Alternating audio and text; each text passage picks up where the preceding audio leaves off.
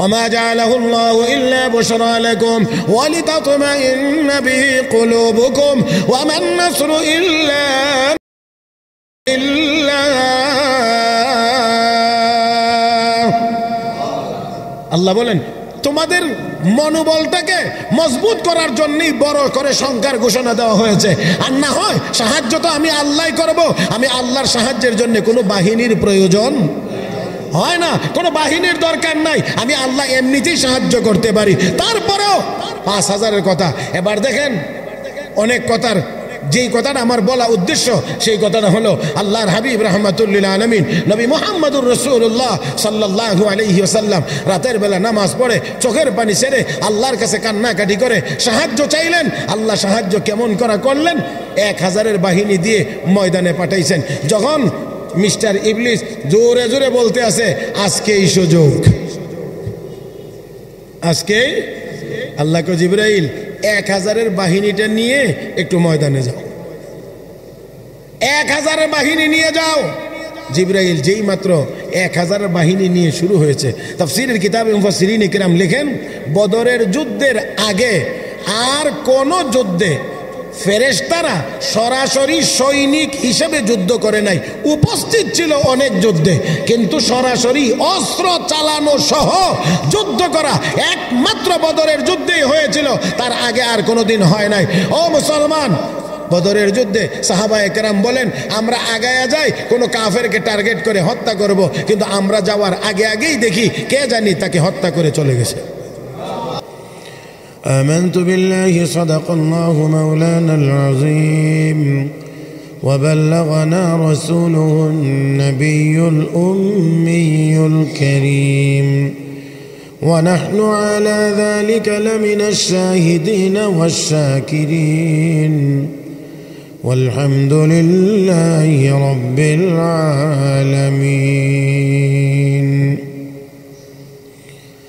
اللهم صل على محمد وعلى آل محمد كما صليت على إبراهيم وعلى آل إبراهيم إنك حميد مجيد اللهم بارك على محمد وعلى آل محمد كما باركت على إبراهيم وعلى آل إبراهيم إنك حميد مجيد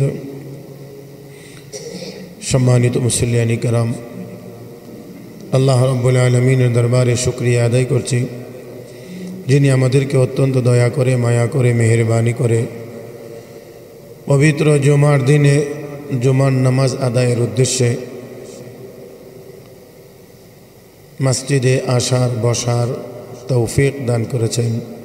মহব্বতের সাথে শুকরিয়া আদায় করি আলহামদুলিল্লাহ।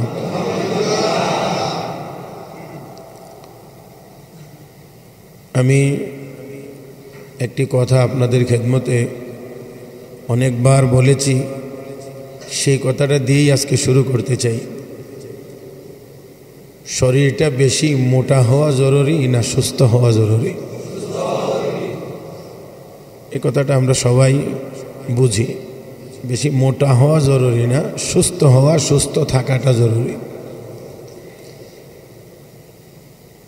অধিক পরিমাণ মুসলমান হওয়া জরুরি না, মুসলমান যতজন হবে পরিপূর্ণ ঈমানওয়ালা হওয়া জরুরি। বর্তমান দুনিয়াতে নামের মুসলমানের সংখ্যার কোনো অভাব নাই। অনেক বড় এক বিশাল সংখ্যক মানুষ আমরা মুসলমান পৃথিবীতে, প্রায় 200 কোটির মতো মানুষ মুসলমান। 57টি মুসলিম দেশ, কিন্তু তারপরেও শুধুমাত্রই আমাদের ঈমানের দুর্বলতার কারণে আজ ফিলিস্তিনের গাজা সহ সারা পৃথিবীর আনাচে কানাচে মুসলমানেরা কাফের বেঈমানদের হাতে নির্যাতিত।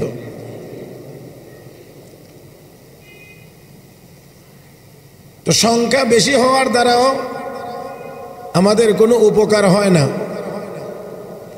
সংখ্যায় কম হইলেও যদি ঈমান মজবুত থাকে তাহলে কম সংখ্যক মুসলমান দিয়েও অনেক কাজ হয়। সেজন্য আল্লাহ রাব্বুল আলামিন কোরআনে কারীমে ঘোষণা করেছেন, ওয়ালা তাহিনু ওয়ালা তাহজানু ওয়া আনতুমুল আ'লাউনা ইন কুনতুম মুমিনিন। তোমাদের ভয় নাই, তোমাদের টেনশন নাই যদি পরিপূর্ণ মুমিন হতে পারো। তাহলে কি হওয়া জরুরি? সংখ্যা বড় হওয়া জরুরি না পরিপূর্ণ ইমানদার হওয়া জরুরি? পরিপূর্ণ ইমানদার হইতে না পারার কারণেই আজ দশকের পর দশক ফিলিস্তিনের মুসলমানেরা নির্যাতিত, গণহত্যার শিকার। কিন্তু আজকে আমাদের তাকিয়ে তাকিয়ে দেখা ছাড়া যেন আমাদের আর কিছুই করার নাই। আমার তো মনে হয়, আমি বহুবার বলেছি, বহু জায়গায় বলেছি, বলতেছি, 200 কোটি মুসলমান তো লাগে না, আর কম হইলেই তো যথেষ্ট হয়। মাত্র 60 লাখ ইহুদি আর 200 কোটি মুসলমান। 200 কোটি মুসলমান যদি আমরা ইমানের শক্তিতে বলিয়ান থাকতাম, 200 কোটি মুসলমান আল্লাহু আকবার বললেই তো তাদের কলিজার পানি শুকায়া যাওয়ার কথা। দুর্ভাগ্য আমাদের যে এত মুসলমান থাকার পরেও আজ আমাদের সংখ্যা মুসলমানের যত বড়, দুঃখ দুর্দশাও যেন তত বড়, বা তার চেয়েও যেন আরো বড়। রব্বে করিম কোরআনে কারীমে ঘোষণা করেছেন, আয়াতের অংশ তেলাওয়াত করেছে। আল্লাহ রাব্বুল আলামিন বলেন, ওয়াতাসিমু বিহাবলিল্লাহ, তোমরা আল্লাহর রশিকে মজবুত করে ধরো। ওয়ালা তাফাররাকু, তোমরা বিক্ষিপ্ত হইও না। বিক্ষিপ্ত হলে দুর্বল হয়ে যায়, শক্তি কমে যায়। আর ঐক্যবদ্ধ থাকলে শক্তির পরিমাণ বেশি বাড়ে। আল্লাহ রাব্বুল আলামিন বলেন, আমার কোরআন আমার রশি, আল্লাহর কোরআনকে তোমরা মজবুত করে ধরো, শক্ত করে আঁকড়ে ধরো। রহমতে আলম সাল্লাল্লাহু আলাইহি ওয়াসাল্লাম বিদায় হজের ভাষণে নবী বলেছিলেন, তারাকতু ফীকুম আমরাইন, দুটো জিনিস তোমাদের মধ্যে আমি রেখে যাচ্ছি। লান তাদিল্লু মা তামাসসাকতুম বিহিমা, দুটো জিনিসকে যদি মজবুত করে ধরে রাখতে পারো, কখনোই তোমাদেরকে কেউ বিপদগামী করতে পারবে না, তোমাদেরকে পথভ্রষ্ট করতে পারবে না। একটার নাম হলো কিতাব আল্লাহ ও সুন্নাত রাসূলি, একটা হলো আল্লাহর কিতাব আর একটা হলো আমি রাসূলের সুন্নাহ। দুটা জিনিসকে যদি মজবুত করে আঁকড়ে ধরে রাখতে পারো, তাহলে তোমাদেরকে কেউ পথভ্রষ্ট করতে পারবে না।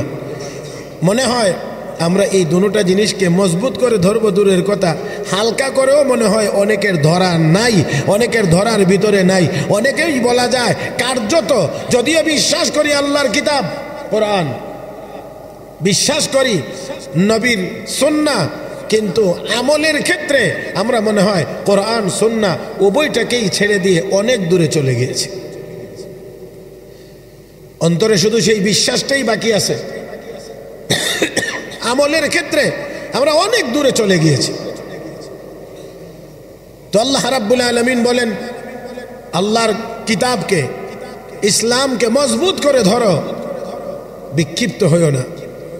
আর যে হাদিস তেলাওয়াত করেছি, হাদিস আল্লাহ রাসূল সাল্লাল্লাহু আলাইহি ওয়াসাল্লাম ঘোষণা করেছেন, আমার উম্মতের উপরে এমন একটি সময় আসবে, এমন একটি সময় আসবে যেই সময়ে কোনো বাড়িতে খানার অনুষ্ঠান হলে আমন্ত্রিত অতিথিরা যেমন চতুর্দিক দিয়ে এই বাড়ির প্যান্ডেলে এসে জমা হয়, ঠিক তেমনিভাবে আমার উম্মতকে গ্রাস করার জন্যে, ধ্বংস করার জন্যে দুনিয়ার সব কাফের বেঈমানেরা এমন করে আসবে, এমনভাবে গ্রাস করার জন্য তারা আসবে। সাহাবী প্রশ্ন করলেন, ইয়া রাসূলুল্লাহ ওয়া মিন কিল্লাতিন নাহনু ইয়াউমাইদিন, আমরা কি সেদিন সংখ্যায় কম হইব?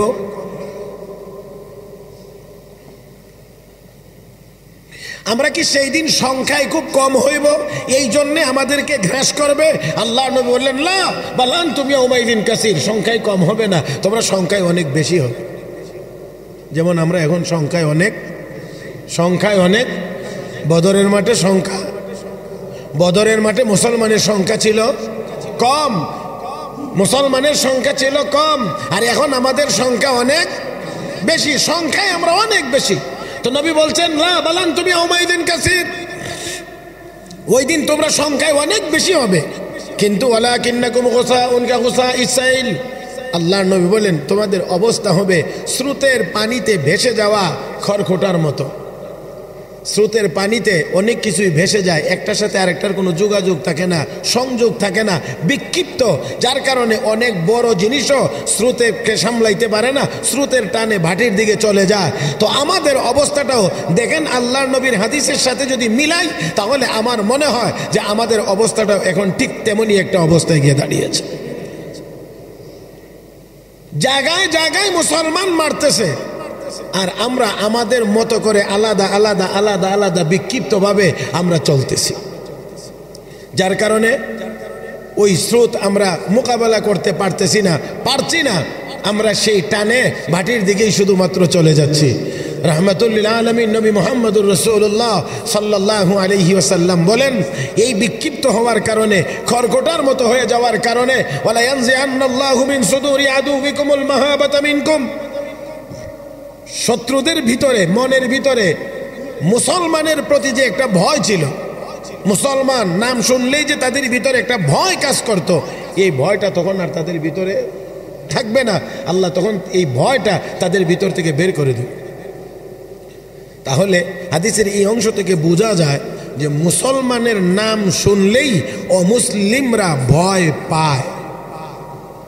মুসলমান, ইমানওয়ালা মুসলমান নাম শুনলেই তারা ভয় পায়, কিন্তু নবী বলেন ভয়টা থাকবে না তখন, ভয়টা তখন থাকবে না যেমন এখন ইসরায়েলের কোনো ভয় আছে বলে তাদের কার্যক্রমে মনে হয় না যে তাদের ভিতরে কোনো ভয় কাজ করে। আমরা সেই জায়গাতে নাই, এই জন্য তারা আমার মনে হয় ভয় করে না। আর না হয় যতটুকুই আওয়াজ হচ্ছে, এতটুকু আওয়াজের দ্বারা তাদের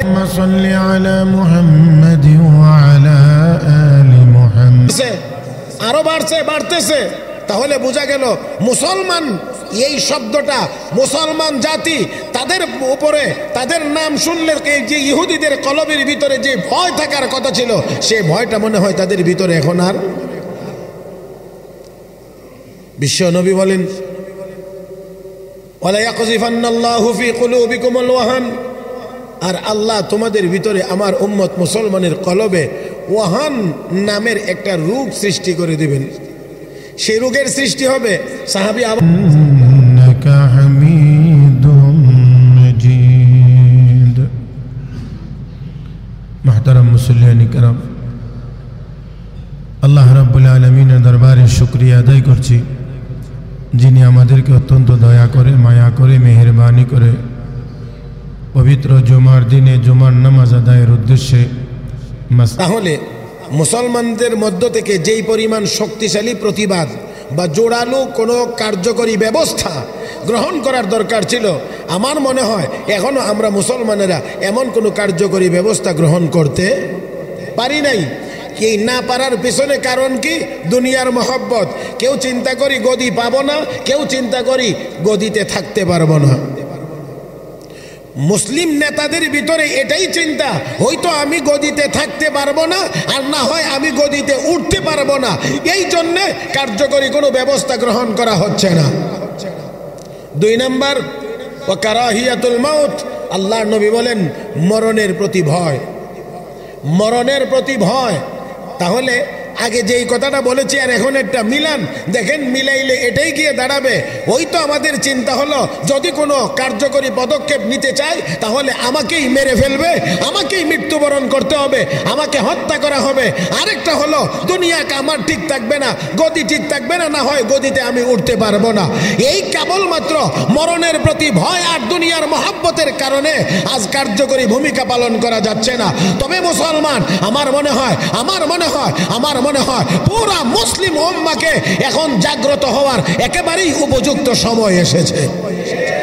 এখনো যদি আমাদের বিবেক জাগ্রত হয় না, এখনো যদি আমাদের ঈমানি চেতনা জাগ্রত হয় না, তাহলে মনে রাখতে হবে যারা আজকে নিজেদেরকে নিরাপদ মনে করছি, আগামীতে আমরাও কেউ নিরাপদে থাকতে পারবো না। আগামীতে আমরাও কেউ নিরাপদে থাকতে পারবো না। এই হামলা একদিন আমাদের উপরেও হতে পারে। ও মুসলমান, সেই জন্য আসুন, বিশ্ব নবী রাহমাতুল লিল আলামিন অপর হাদিসে ঘোষণা করেছেন, আল মুমিনু কাজাসাদিন ওয়াহিদ, গোটা ইমানদার, গোটা মুসলমান, গোটা মুসলিম উম্মাহ একটা দেহের মতো। তো একটা দেহের একটা অঙ্গ যদি রোগে আক্রান্ত হয় তাহলে অন্যগুলো আরামে থাকে না, অন্যগুলো আরামে থাকে না। কি অসুবিধা? একজনকে জিজ্ঞেস করেন, ভাই কি সমস্যা, আপনারা খুব অস্থির দেখা যায়। কো ভাই মাথা প্রচন্ড ব্যথা। তো মাথায় এনে ব্যথা, বাকি শরীরে তো ব্যথা নাই। কিন্তু মাথার ব্যথার কারণে বাকি শরীরটা কি আরামে আছে? পায়ের নিচে একটা কাঁটা বিদ্ধ হয়েছে, পায়ের নিচে একটা কাঁটা বিদ্ধ হয়েছে, ব্যথা করতেছে। এতে করে কি শুধু পায়ে আঘাত পাওয়ার কারণে বাকি শরীরটা আরামে আছে, না পায়ে ব্যথা পাওয়ার কারণে সারাটা শরীরই অশান্তির মধ্যে পড়ে গেছে? সারাটা শরীরই অশান্তির মধ্যে। এক কথায় শরীরের যে কোনো অঙ্গে যদি ব্যথা থাকে সারাটা শরীর যেমন ব্যথিত, মুসলমান একজন লা ইলাহা ইল্লাল্লাহ মুহাম্মাদুর রাসূলুল্লাহ এই কালেমাওয়ালা মুসলমান একজনও যদি পৃথিবীর যে কোনো প্রান্তে যদি বিপদগ্রস্ত হয়, কষ্টের মধ্যে পড়ে, তাহলে অন্যান্য মুসলমানও সমপরিমাণ কষ্টের অনুভূতি তার মধ্যে থাকতে হবে। মুহতারাম মুসল্লিয়ান কিরাম, আল্লাহ রাব্বুল আলামিন, আল্লাহ রাব্বুল আলামিন আমাকে আপনাকে এই দুনিয়াতে প্রেরণ করেছেন, এই দুনিয়াতে প্রেরণ করেছেন। দুনিয়াতে আমরা থাকতে পারবো না, আর মৌতের হাত থেকে আমরা কেউ বাঁচতে পারবো না। দুনিয়া থাকার জায়গা না, মরণের হাত থেকে বাঁচার কোনো ব্যবস্থা নাই। এই জন্যে মুমিন মৌতকে ভয় করার কথা না, মুমিন ঈমান নিয়ে মরতে পারবে কিনা সেই চিন্তা করার কথা, যে আমি আমার ঈমান নিয়ে মরতে পারবো কিনা। মুমিন চিন্তা করবে, সেটা মরতে হবে, এটা নিয়ে মুমিনের চিন্তা হওয়ার তো কথা না, কারণ মরতে তো হবেই। আপনি চাইলেও মরবেন, না চাইলেও মরবেন, নাকি? চাইলেও মরবেন, না চাইলেও মরবেন, মরতে তো হবেই। কাজে মরণ নিয়ে চিন্তা না, চিন্তা হলো ঈমান নিয়ে মরতে পারা। কারণ ঈমানের সাথে যদি মৃত্যু হয় তাহলে পরকালীন জগৎ সবটাই সফল। আর যদি ঈমান না থাকে, ঈমান নিয়ে যদি মৃত্যুবরণ করা না যায়, তাহলে আপনি দুনিয়াতে হাজারো সম্পদের মালিক হয়ে যদি থাকেন না কেন, এর দ্বারা আপনার বিন্দু পরিমাণ কোনো উপকার হবে না, কোনো কাজে আসবে না। মুহতারাম হাজিরিন, সেই জন্য বলছি দুইটা রোগের নাম মহান। এক নাম্বার হলো হুব্বুদ দুনিয়া, দুনিয়ার মহাব্বত, আর একটা হলো কারাহিয়াতুল মউত, মউতের প্রতি অনীহা বা মউতের প্রতি ভয়। লক্ষ্য করলে আমরা দেখব সাহাবায়ে কেরাম রিদওয়ানুল্লাহি তাআলা আলাইহিম আজমাইন, তাদের কলবের ভিতরে না দুনিয়ার মহাব্বত ছিল, না মরণের প্রতি কোনো ভয় ছিল, যার কারণে সংখ্যায় কম হওয়ার পরেও তাদেরকে কেউ ঠেকায় রাখতে পারে নাই, তাদের মোকাবেলায় কেউ বিজয়ী হতে পারে নাই। সাহায্যের যখন প্রয়োজন হয়েছে, সাহায্য করেছেন কে? আরেকটু মহব্বতে বলতে হবে, সাহায্য করেছেন কে? আল্লাহর সেই সাহায্যের ঘোষণা কি এখনো নাই, না আছে? রব্বে করিম তো বলেছেন, তোমাদের ভয় নাই, তোমাদের টেনশন নাই, ওয়া আনতুমুল আলাউন, বিজয়ী তোমরা হবে। কার ঘোষণা? বিজয়ী তোমরা হবে। কার ঘোষণা? ইন কুনতুম মুমিনিন, যদি পরিপূর্ণ ঈমানদার হতে পারো, তাহলে বিজয়ী করে দিবেন কে? বিজয়ী করে দিবেন কে? বদরের যুদ্ধে মিস্টার ইবলিস কাফেরদের সঙ্গে ছিল, উপস্থিত ছিল, গরম ভাষণ দিত, উস্কানিমূলক ভাষণ, আর বলতো আজকেই সুযোগ। কারণ সংখ্যায় তোমরা অনেক বেশি, মুসলমানেরা কম, অস্ত্রশস্ত্র গোলাবারুদ তোমাদের বেশি, তাদের কম। ময়দানের ভালো জায়গাটাতে তোমরা অবস্থান করছো, মুসলমানেরা যেখানে আছে সেই জায়গাটা বেশি সুবিধার না। তোমরা যেখানে আছো এই জায়গাটা শক্ত মজবুত, আর মুসলমান যেখানে আছে সেই জায়গায় শুধু বালু। তো বালুর উপরে দাঁড়িয়ে যুদ্ধ করা যায় না, কারণ পজিশন ঠিক রাখা যায় না। তো দেখেন, সংখ্যার দিক দিকেও কম, অস্ত্রের দিক থেকেও কম, অবস্থানগত দিক থেকেও দুর্বলতম জায়গায়। লক্ষ্য করেন, রাহমাতুল্লিল আলামিন আল্লাহ রাব্বুল আলামিনের কাছে দোয়া করেছেন, আল্লাহ রাতের বেলা এই পরিমাণ বৃষ্টি দান করেছেন, এই পরিমাণ, ওই সময়ের জন্যে যদি আপনারা বুঝেন তাহলে অবশ্যই উত্তর দিবেন। ওই সময়ের জন্য এই জায়গাটার এই পরিবর্তন বা জায়গাটা শক্ত হওয়া, মজবুত হওয়া অত্যন্ত প্রয়োজন ছিল। বৃষ্টির মাধ্যমে এই সাহায্যটা কে করেছেন? মুহতারাম হাজিরিন, তাহলে এমন ব্যবস্থা বর্তমান সময়ের সাথে মিলেয়া এমন কোন কার্যকরী ব্যবস্থা মুসলমানদের সপক্ষে করে দেওয়ার মতো ক্ষমতা কি আল্লাহর হাতে নাই না আছে? মুসলমান ওই রকম কঠিন অবস্থার ভিতরেও তারা একটু পিছপা হন নাই, ভয় পান নাই। আল্লাহর নবী তো জিজ্ঞেস করেছিলেন, আমরা তো যুদ্ধের জন্য আসছিলাম অন্য পরিকল্পনা করে, এখন যুদ্ধের পরিস্থিতি সামনে চলে এসেছে। সাহাবীরা, এখন আমরা কি করতে পারি? সাহাবা একরাম তো এই কথা বলেন না, ইয়া রাসূলুল্লাহ আমাদেরকে একটু সময় দেন, আমরা একটু গিয়ে প্রস্তুত হয়ে আসি। ওগো নবীজি, আমরা তো আসছিলাম অন্য কাজে, এখন এই অবস্থায় আমরা কেমন করে যুদ্ধ করব? হাতে তো কোনো অস্ত্র নাই। রাহমাতুল লিল আলামিন এই কথা যখন বললেন, এখন আমরা কি করতে পারি?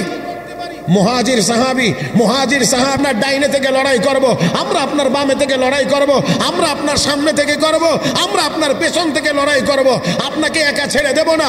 আমরা মুসা নবীর উম্মতের মতো এই কথা বলবো না, ইযহাব আনতা ওয়া রাব্বুকা ফাকাতিলা ইন্না হাহুনা কাঈদুন। হে নবী, আপনি আর আপনার রব গিয়ে জিহাদ করেন, আমরা এখানে অবস্থান করব, এমন কথা আমরা বলবো না। আপনি যদি আমাদেরকে বলেন পাহাড়ের উপর থেকে ঝাঁপ দেওয়ার জন্য সমুদ্রের গভীরে, আমরা পাহাড়ের উপর থেকে সমুদ্রে ঝাঁপ দেওয়ার জন্য প্রস্তুত। আল্লাহু আকবার কোন, আমরা সমুদ্রে ঝাঁপ দেওয়ার জন্য প্রস্তুত। রাহমাতুল লিল আলামিন তখন চূড়ান্ত সিদ্ধান্ত ঘোষণা করলেন তাহলে ঠিক আছে, আমরা তাদের মোকাবেলায় যুদ্ধ করব। এই দিক দিয়ে তাদের সংখ্যারও অভাব নাই, অস্ত্রেরও অভাব নাই, জায়গারও ভালো জায়গা। আর আল্লাহর নবী সেই অবস্থার ভিতরে সাহায্য চাইলেন কার কাছে? আল্লাহর কাছে সাহায্য চাইলেন। আল্লাহ রাতের বেলা বৃষ্টি নাজিল করে দিলেন, জিবরাইলকে দিয়ে খবর পাঠাইলেন, ইয়া রাসূলুল্লাহ টেনশনের কোনো কারণ নাই, আসমানে বাহিনী 5000 প্রস্তুত আছে।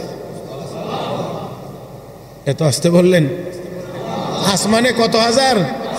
5000 প্রস্তুত, রেডি। প্রথম পর্বে 1000, দ্বিতীয় পর্বে প্রয়োজন হলে আসবে 3000, তারপরে যদি লাগে আসবে 5000। ও মুসলমান, আল্লাহর ফেরেশতা এতজন লাগে না, একজন হইলেই তো যথেষ্ট। কিন্তু তারপরেও আল্লাহ রাব্বুল আলামিন মনোবল চাঙ্গা করার জন্য, ওমা জাআলাহুল্লাহু ইল্লা বুশরা লাকুম ওয়া লিতাতমাইন্না বিহি কুলুবুকুম ওয়া মান নাসরু ইল্লা মিন ইনদিল্লাহ। আল্লাহ বলেন, তোমাদের মনোবলটাকে মজবুত করার জন্যই বড় করে সংখ্যার ঘোষণা দেওয়া হয়েছে। আর না হয় সাহায্য তো আমি আল্লাহই করব, আমি আল্লাহর সাহায্যের জন্য কোনো বাহিনীর প্রয়োজন হয় না, কোনো বাহিনীর দরকার নাই, আমি আল্লাহ এমনিতেই সাহায্য করতে পারি। তারপরেও 5000-এর কথা। এবার দেখেন, অনেক কথার যেই কথাটা আমার বলা উদ্দেশ্য, সেই কথাটা হলো আল্লাহর হাবিব রাহমাতুল লিল আলামিন নবী মুহাম্মদুর রাসূলুল্লাহ সাল্লাল্লাহু আলাইহি ওয়াসাল্লাম রাতের বেলা নামাজ পড়ে চোখের পানি ছেড়ে আল্লাহর কাছে কান্নাকাটি করে সাহায্য চাইলেন। আল্লাহ সাহায্য কেমন করলেন? 1000-এর বাহিনী দিয়ে ময়দানে পাঠাইছেন। যখন মিস্টার ইবলিস জোরে জোরে বলতে আছে, আজকেই সুযোগ, আজকেই, আল্লাহ কো জিবরাইল 1000-এর বাহিনীটা নিয়ে একটু ময়দানে যাও, 1000-এর বাহিনী নিয়ে যাও। জিবরাইল যেই মাত্র 1000-এর বাহিনী নিয়ে শুরু হয়েছে, তাফসীরের কিতাবে মুফাসসিরিন ইকরাম লেখেন, বদরের যুদ্ধের আগে আর কোন যুদ্ধে ফেরেশতারা সরাসরি সৈনিক হিসেবে যুদ্ধ করে নাই, উপস্থিত ছিল অনেক যুদ্ধে, কিন্তু সরাসরি অস্ত্র চালানো সহ যুদ্ধ করা একমাত্র বদরের যুদ্ধেই হয়েছিল, তার আগে আর কোনোদিন হয় নাই। ও মুসলমান, বদরের যুদ্ধে সাহাবায়ে কেরাম বলেন, আমরা আগায়া যাই কোনো কাফেরকে টার্গেট করে হত্যা করব, কিন্তু আমরা যাওয়ার আগেই দেখি কে জানি তাকে হত্যা করে চলে গেছে। শুধু তা নয়, আল্লাহ রাব্বুল আলামিনের আরো নির্দেশ ছিল, إذ يوحي ربك إلى الملائكة أني معكم فثبتوا الذين آمنوا سألقي في قلوب الذين كفروا الرعب فاضربوا فوق الأعناق واضربوا منهم كل بنان।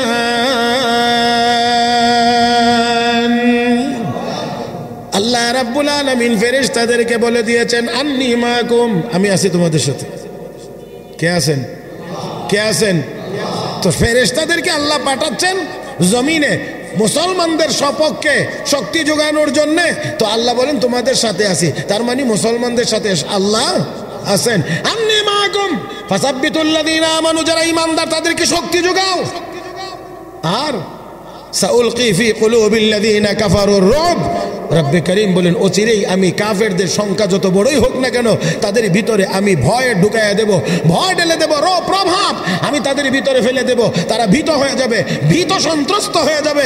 মুহতারাম হাজিরিন, আমি বলতে চাই আল্লাহ রাব্বুল আলামিনের এই ঘোষণা এখনো বাস্তবায়ন হতে পারে, এখনো বাস্তবায়ন হতে পারে। 57টি মুসলিম দেশ থেকে যদি একযোগে একটি ঘোষণা প্রচার করা হয়, আর কোনো হামলা সহ্য করা হবে না। আমার মনে হয় 24 ঘন্টার ভিতরে হামলা বন্ধ হতে পারে। কিন্তু ঘোষণাটা তো হওয়া লাগবে, হওয়ার মতো। আর উপর দিয়ে বললাম, ভিতরে ভিতরে আবার সেটা বুঝাইতে পারছি কিনা জানি না। উপর দিয়ে কিছু কিছু বললাম আর ভিতর দিয়ে হাত মিলাইয়া রাখলাম, এমন ঘোষণা হইলে তো হবে না।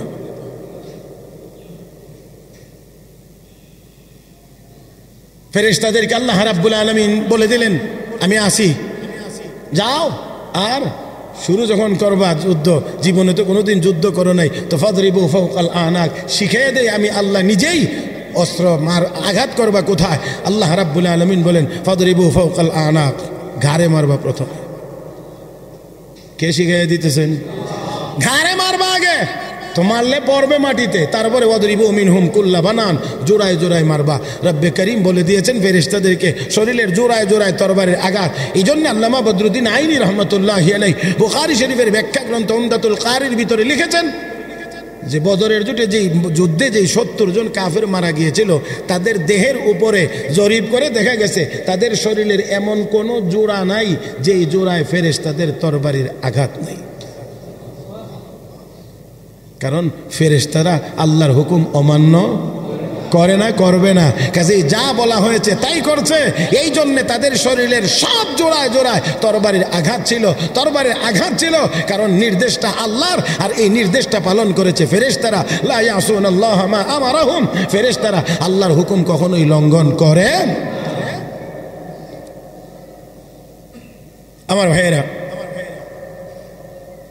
তো আল্লাহ রাব্বুল আলামিনের এই সাহায্য, ফেরেশতার এই বাহিনী যখন নামতে শুরু করেছে, মিস্টার ইবলিস বক্তা, যিনি অত্যন্ত জোরালো বক্তব্য এতক্ষণ দিচ্ছিল, যে সেই লোকটি কোরআনের ভাষায় নাকাসা আলা আকিবাই, পিছনে গোটো ব্যাক, পেছন দিকে এবার দৌড়াইতে শুরু করেছে। তারা কি ব্যাপার, এত সুন্দর বক্তৃতা দিলেন, এত গরম বক্তব্য দিলেন, জ্বালাময়ী বক্তব্য দিলেন, এখন যান কেন? ইন্নী আরা মা লা তারাউনা, আমি যা দেখি তোমরা তা দেখো না। বুঝেন নেই? আমি যা দেখি তোমরা তা, সে কি দেখে? দেখে ফেরেশতার বাহিনী নামতে আসে, বিপদ একেবারে নিকটে। এই জন্য ইন্নী আরা মা লা তারাউনা, আমি যা দেখি তা তো তোমরা দেখো না। তার মানে সোজা কথা হইলো, এখন তোমরা মার খাও, আমি জানবা চাই।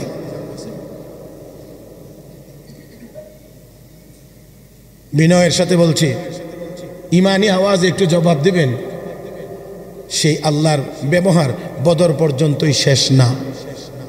আমার আল্লাহর এই ব্যবহার বদর পর্যন্তই শেষ না। আমার আল্লাহর এই ব্যবহার শুধুমাত্র এই সাহায্যের ব্যবহার শুধু খন্দকেই সীমিত না। মুসলমান, আমার আল্লাহর এই সাহায্যের ঘোষণা এবং এই ব্যবহার, মুসলমানের প্রতি এই দয়া, এটা কিয়ামত পর্যন্তই চলমান, চালু থাকবে, যদি আমরা পরিপূর্ণ ঈমানদার হইতে পারি। তাই আসুন আমরা প্রথম নাম্বার যে কাজ, আমাদের ব্যক্তিগত আমলের সংশোধন। সারা পৃথিবীর সকল মুসলমানের প্রয়োজন হলো ব্যক্তিগত আমলের সংশোধন। কিন্তু দুর্ভাগ্য ফিলিস্তিনের মুসলমান মার খায়, আর আমরা আমাদের আমল সংশোধন। আমাদের দেশেই কত বিপদ আপদ মাঝে মাঝে আসে, সেই বিপদের সময়ও আমাদের আমলের সংশোধন হয়। চোখের সামনে বিপদ দেখার পরেও আমাদের আমলের সংশোধন হয় না। আল্লাহ রাব্বুল আলামিন আমার আপনার উপরে মাঝে মাঝে কিছু বিপদ আপদ মুসিবত চাপায়া দিয়ে আমাদেরকে ফিরাইয়া নিতে চায়। ظهر الفساد في البر والبحر بما كسبت أيدي الناس ليذيقهم بعض الذي عملوا لعلهم يرجعون। আল্লাহ বলেন জলে স্থলে যত বিপদ আপদ আসে সেগুলো তোমাদের হাতের কামাই, আংশিক একটু দেই যাতে করে তোরা আমি আল্লাহর কাছে ফিরে আসোস, আমি আল্লাহর কাছে ফিরে আসোস। ও মুসলমান, আমাদের প্রথম নাম্বার কাজ হলো আমাদের আমলের সংশোধন করা লাগবে। আর 2 নাম্বার হলো সারা পৃথিবী থেকে আজ ফিলিস্তিনের নিরীহ মুসলমানদের পক্ষে সোচ্চার আওয়াজ তুলতে হবে। এই আওয়াজে হবে মনে হয়? ঠিক ঠিকই আওয়াজে হবে না, আর একটু লাগবে। মুসলমান যে যেখানে আছি যার যার অবস্থান থেকে অবশ্যই অবশ্যই আমাদেরকে ফিলিস্তিনের মুসলমানের পক্ষে আওয়াজ তুলতে হবে। বর্বর ইসরায়েলিদেরকে আটকানোর জন্য যে কোনো ভূমিকা পালন করার প্রয়োজন যার যার জায়গা থেকে অবশ্যই পালন করতে হবে। আমার ভাইয়েরা, আমি আপনাদেরকে বিনয়ের সাথে বলছি, আজকে মুগদা থানা ইমাম উলামা পরিষদের পক্ষ থেকে মিছিলের কর্মসূচি আছে 5 জুমা। হায়দার আলী স্কুল মাঠ থেকে শুরু হবে, তারপরে এটা ওয়াসা রোড হয়ে মানিকনগর দিয়ে ইনশাআল্লাহ প্রদক্ষিণ করবে। যাবেন তো? ইনশাআল্লাহর আওয়াজ সব জবানে এখনই বেরিয়েছে না। যাবেন তো ইনশাআল্লাহ? আমরা আমাদের সামর্থ্য অনুযায়ী আমরা আমাদের যতটুকু দেখানোর ততটুকু তো আমরা দেখাইতে পারি। বাকিটার জন্য আল্লাহর কাছে দোয়া করব, আল্লাহ যেন তাদেরকে এই জুলুমের হাত থেকে নিরাপত্তা দান করেন। আমার মনে হয় সারা পৃথিবীর মুসলমান এখন আর ঘরে বসে থাকার কোনো সুযোগ নাই। এমনকি দিলের ভিতরে এই তামান্না নিয়ে বসে থাকতে হবে, যদি ঘোষণা আসে আর এমন যদি কোনো সুযোগ আসে, আহ্বান যদি করা হয়, ঘোষণা যদি দেওয়া হয় যে ফিলিস্তিনের মুসলমানের পক্ষে হাতে অস্ত্র নিয়ে ময়দানে সরাসরি গিয়ে যুদ্ধ করতে হবে, তাহলে সেই যুদ্ধের জন্য সব মুসলমানকে প্রস্তুত থাকতে হবে।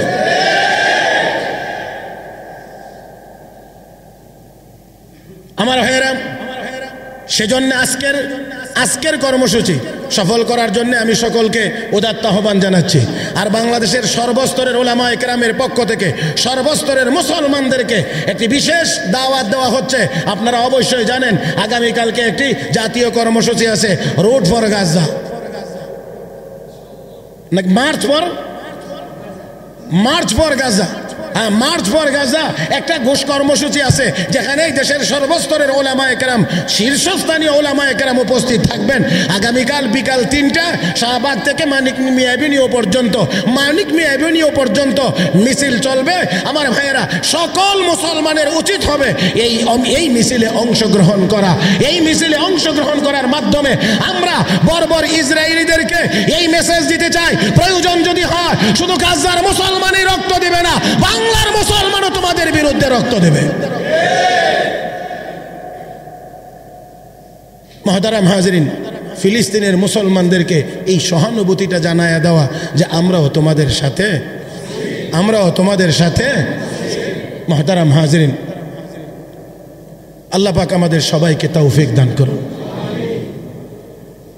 আমরা আমাদের ব্যক্তিগত আমল সবাই সংশোধন করার চেষ্টা করি।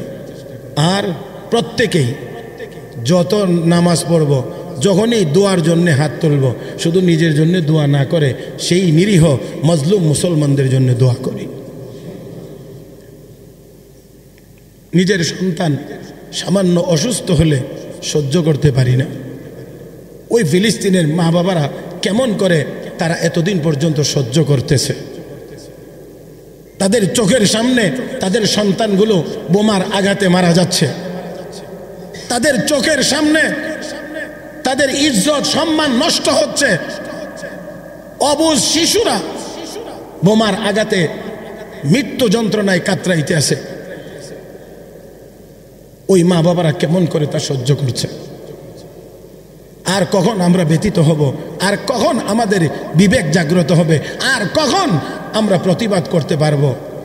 ও মুসলমান, আজকে তাদের উপরে যে হামলা হচ্ছে, আমাদের উপরেও যদি একদিন এই হামলা আসে, তাহলে আমরাও তো এমনই হামলার শিকার হব, কেউ আমাদের পক্ষেও থাকবে না। সেই জন্যে আমরা যার যার অবস্থান থেকে জান দিয়া, মাল দিয়া, যদি প্রয়োজন হয় মাল দিয়ে, টাকা দিয়ে, পয়সা দিয়ে আমরা ফিলিস্তিনের মুসলমানের পাশে থাকব ইনশাআল্লাহ। আল্লাহ পাক সবাইকে তৌফিক দান করুন, আমিন ইয়া রাব্বাল আলামিন।